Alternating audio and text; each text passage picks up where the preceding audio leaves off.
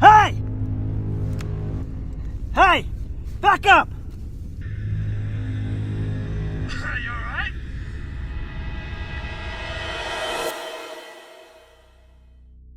A chilling video was posted on January 25th, 2025, by a creator known as Hoodoo. The footage follows Hoodoo and his wife, Sarah, during a bushcraft excursion in the mountains close to their home. While they faced brutal winds and sub-zero temperatures, the most unsettling part of their journey wasn't the harsh weather. Build a bushcraft shelter and camp in it. Here's my wife, Soraya. Okay, so there was a big fire that came through here not too long ago. There's all these dead trees. You can see the scarring on the side. So we got plenty of firewood. We're gonna spend the next while.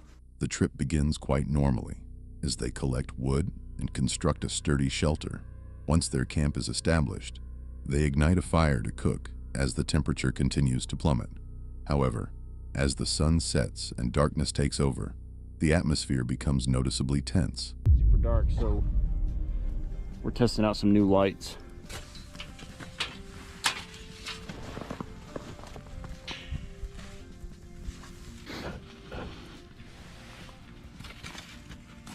-1 degrees. We'll give it a couple more minutes. It was about this time that we heard the first yell. We heard two guys way off in the distance yelling. I thought they might have been at my car. We were only a couple of 100 yards away from it, and it came from that direction. I walked over to my car, but no one was there. But I did see the lights of a truck off in the distance, and it was parked and it was running with only the cab lights on. I didn't film this part because I didn't think much of it, and it wasn't a very... I tried another one and it just blew up. I can't all over everything. And it's freezing before it hits the ground. Can you drink all of it? Oh! It's weird. You can tell how cold it is by how the snow sounds. It almost sounds like a plastic or something. So it's about -12 outside of the shelter. But inside of the shelter, we're reading 6 degrees.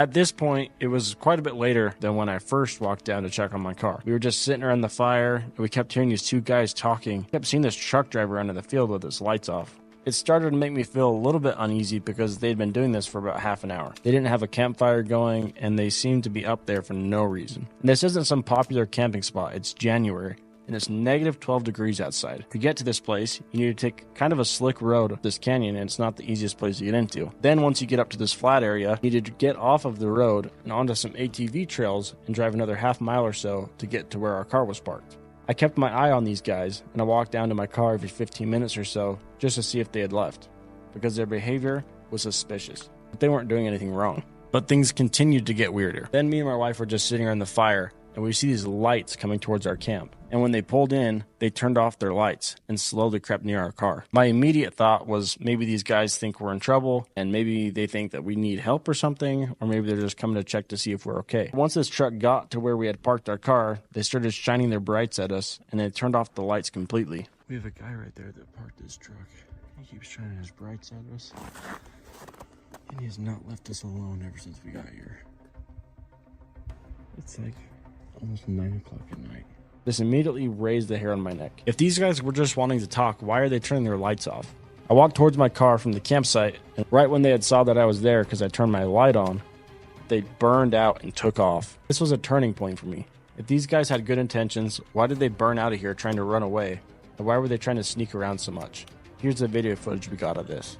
These guys' lights completely off. Really close to it though. Okay, so sorry it's kind of dark, but he sat right there for like 5 minutes. He came like feet away from my car, like right here. And then I shone a light at him and he took off. We're in the middle of nowhere, like super far from town. All right, so I was just following his tracks a little bit. He chucked this out the window. I don't know what this guy's deal is, but I might follow him out, make sure he leaves. Well, he kept shouting like stuff at us too. I don't even know what. We couldn't really understand. The couple notices a group of men behaving suspiciously near their campsite. Instead of making contact, the strangers remain at a distance, watching and circling the area. When Hoodoo and Sarah attempt to confront or investigate the figures, the men suddenly vanish into the shadows. leaving the couple feeling deeply unsettled and confused. So this guy's coming towards us now. So we're gonna get in the Jeep. Yeah, they turned back around. They're coming this way.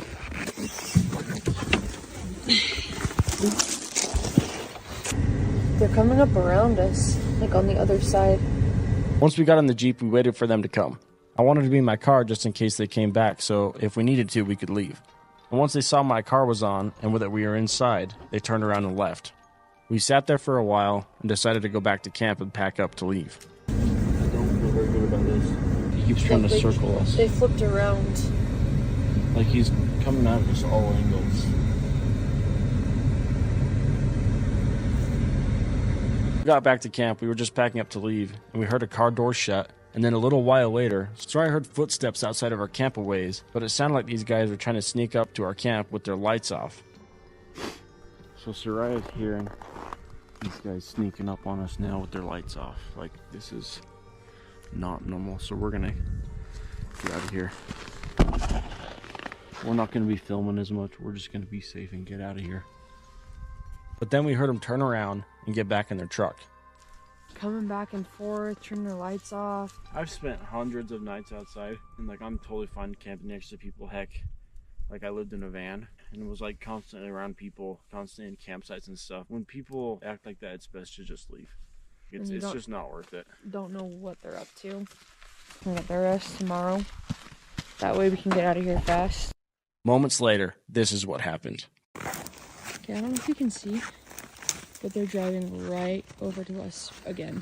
Luckily, Brighton has a pistol. We're packing our stuff out, and now they're watching us. They can tell us that we're here because our lights are on. Here's the Jeep. Oh, they're coming towards us, Brighton. What? They're coming towards us.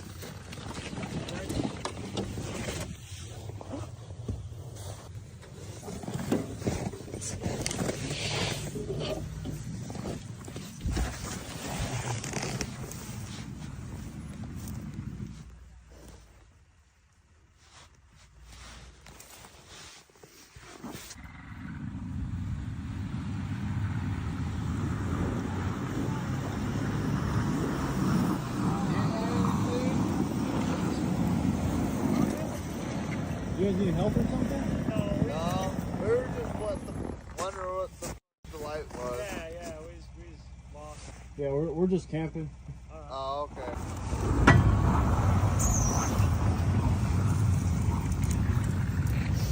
We went back to camp and packed up and left. A lot of you guys might think this is ridiculous that we just left, but after they left our camp, they went around the corner where we couldn't see them, and then they turned their lights off again. If they really just wanted to see what the lights were, then why did they speed off the first time? Why were they trying to sneak up on us? And who knows, maybe these guys were completely harmless, but that's not a risk. In such extreme conditions and late hours, the presence of others is highly unusual, adding to the mounting dread. The strange behavior of the group was clearly alarming, a fact reflected in the couple's worried tone. Ultimately, their decision to immediately pack up and flee was the safest choice, as mysterious encounters in isolated freezing environments can often turn dangerous.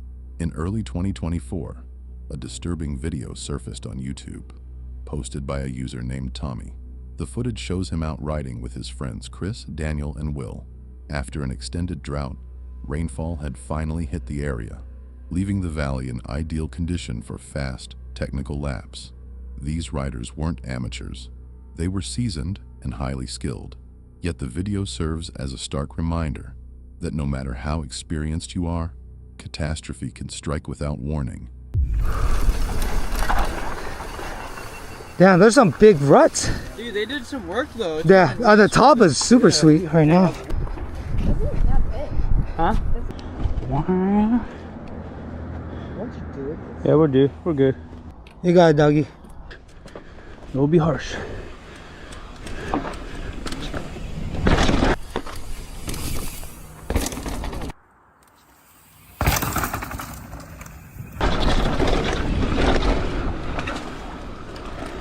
Good shit. Sketchy. It's definitely different than the last time I did it. Okay. Just look at this, you know you got it from here. Yeah. When you get back up there, just ignore the fear from up there. Just the fucked up part is sitting up there.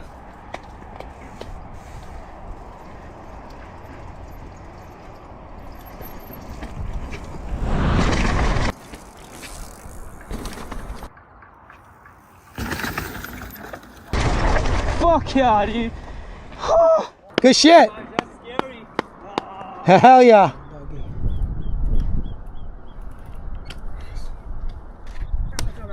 Okay, don't worry about it, dude. Like, fucking, I've done it and I still go around it now. Yeah. Next time.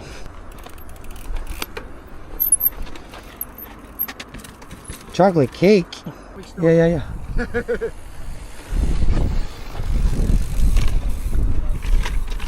You.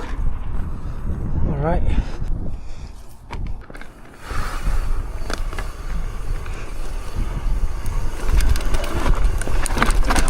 Oh my God.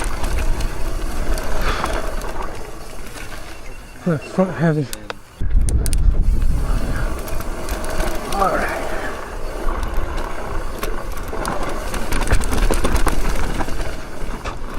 Whoa. Hey, looking at this motherfucker. Big boy, Noah. There he goes. Here, I'll go. Oh, shit! No, hang on! After ripping through several intense laps and landing clean tricks, they roll up to a section featuring a steep drop that feeds directly into a tight turn. It's technical terrain, demanding, but well within their skill set. Daniel commits first. Within seconds, it unravels. His front wheel loads up too heavily. The bike buckles beneath him, and he's violently pitched off the trail, cartwheeling down into the valley below. The shift from adrenaline to alarm is instant and completely justified. No,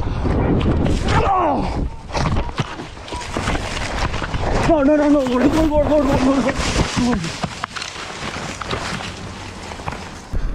Fuck! No! He kept going. No! I'm good. Are you good? Good. He was You way too fucking kidding me? I'm good. Daniel, I'm good. are you sure? Yeah. Where's my bike? It's fine, your bike's fine, dude. Totally okay. My GoPro's not. I'm okay. Thank God. Look what I just came down. Yeah. I slid down the entire thing. Dude, my fucking sick to my stomach right now. Dude, He landed right there. That's his head. yeah. Well, that's his body. And he held on right here, so I thought he saved But himself. that's how he kept sliding. Yeah. He slid here, which luckily he slid on that thing, and then he went down there. I'm not gonna do it, dude. Fuck that. By what can only be described as a miracle, Daniel survives the fall. After plummeting nearly 200 feet down the mountainside, he somehow gets back to his feet. No fractures, no catastrophic injuries, just shock and a surge of adrenaline keeping him upright. The margin between survival and tragedy was razor thin. A slightly different landing angle, one more impact against a rock on the way down, and this wouldn't be a story about luck. It would have been something far more devastating. On July 8th, 2011, a group of friends were 5 days into their ascent of Mount Ritter.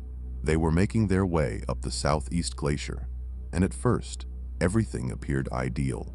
Crystal clear skies, firm and stable snowpack, the kind of alpine conditions climbers hope for. It felt like a textbook summit push, but the mountains are indifferent to optimism. Conditions can deteriorate without warning, and on that day, the shift came fast. What began as a dream scenario was about to turn into something far more serious. Take a look.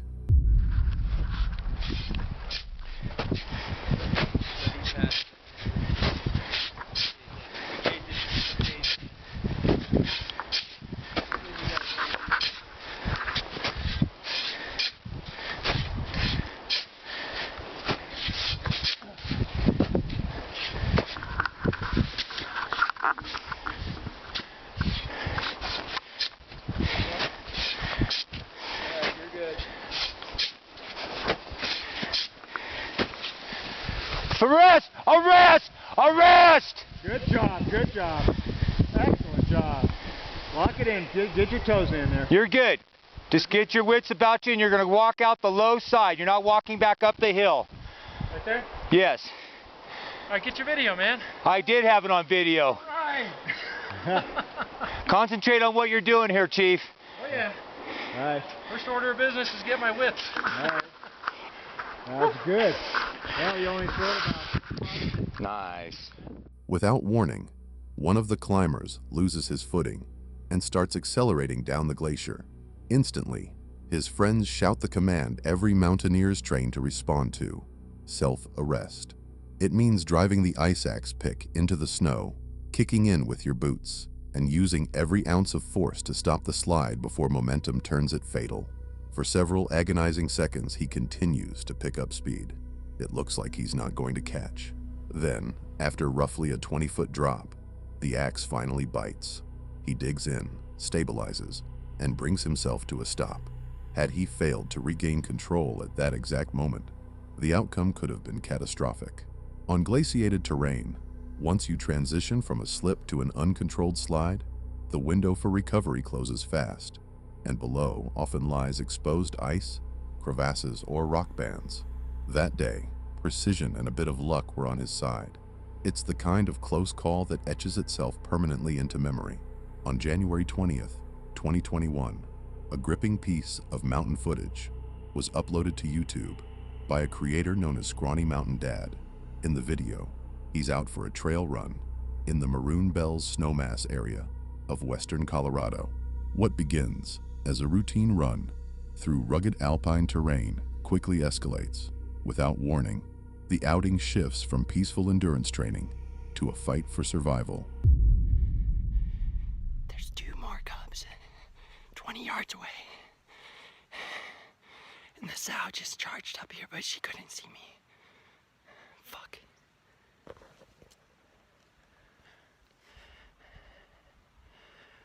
Fuck. They're going higher in the tree. I need to get out of here. I need to get out of here.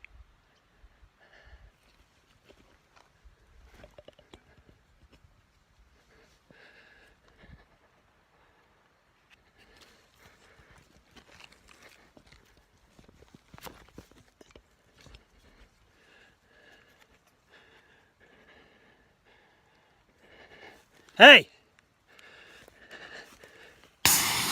Hey! Hey! Hey! Back up! Back up! I'm gonna spray you, Mama. I'm gonna spray you. Back up! I'm leaving. I'm leaving. Mama, I'm leaving. Hey! Back up!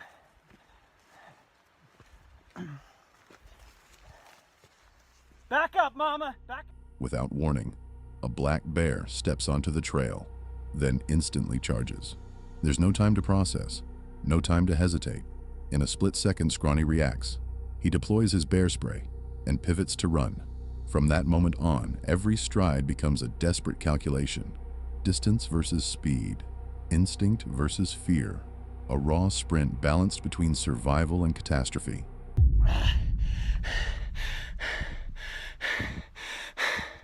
Holy fuck. Oh my God, I'm gonna have a heart attack. Twice in one day.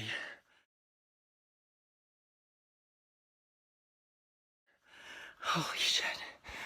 I can't believe I actually sprayed her. Holy fuck.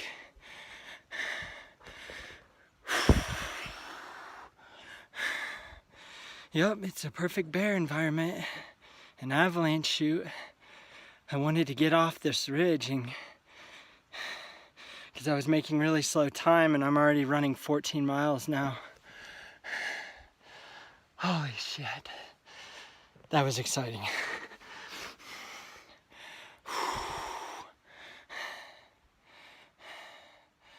All right, signing out. Fortunately, he's able to put enough ground between himself and the bear, escaping without a single injury. Fatal black bear attacks are statistically uncommon, but incidents like this are a stark reminder that they are not impossible. The risk is real, especially in remote terrain where response time is non-existent. That day, Scrawny was undeniably fortunate. In encounters measured in seconds, a single misstep, hesitation, or equipment failure can shift the outcome from survival to something far more tragic. On January 18th, 2018, a chilling video was published on the YouTube channel operated by the Utah Avalanche Center. The footage captures a group of riders enjoying a day in Providence Canyon near Logan, carving through fresh snow, joking, and soaking in the mountain atmosphere. The mood is light, the terrain inviting. Then, without any visible warning, the entire situation collapses in an instant.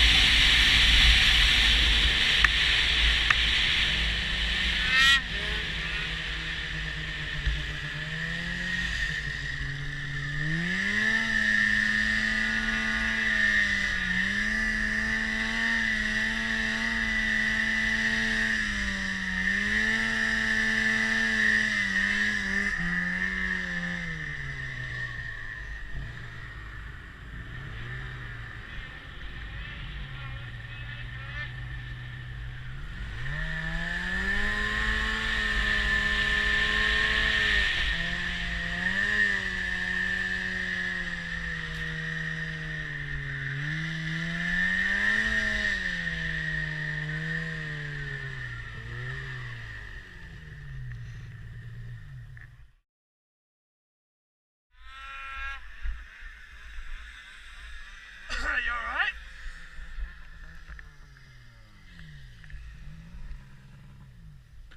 What hurts? Without warning, the mountainside fractures and an avalanche tears loose. Two riders gun their throttles, attempting to outrun the moving wall of snow. One manages to break free, the other doesn't. He's thrown from his snowmobile and swept up at the tail end of the slide, dragged through churning debris before finally disappearing from sight. Moments later, he staggers back into view, shaken, hurt but alive. The footage is a stark reminder of how deceptive alpine conditions can be. Blue skies and untouched powder can mask unstable layers beneath the surface. In avalanche terrain, events unfold in seconds, and sometimes the only thing separating a near miss from a fatal outcome is pure luck.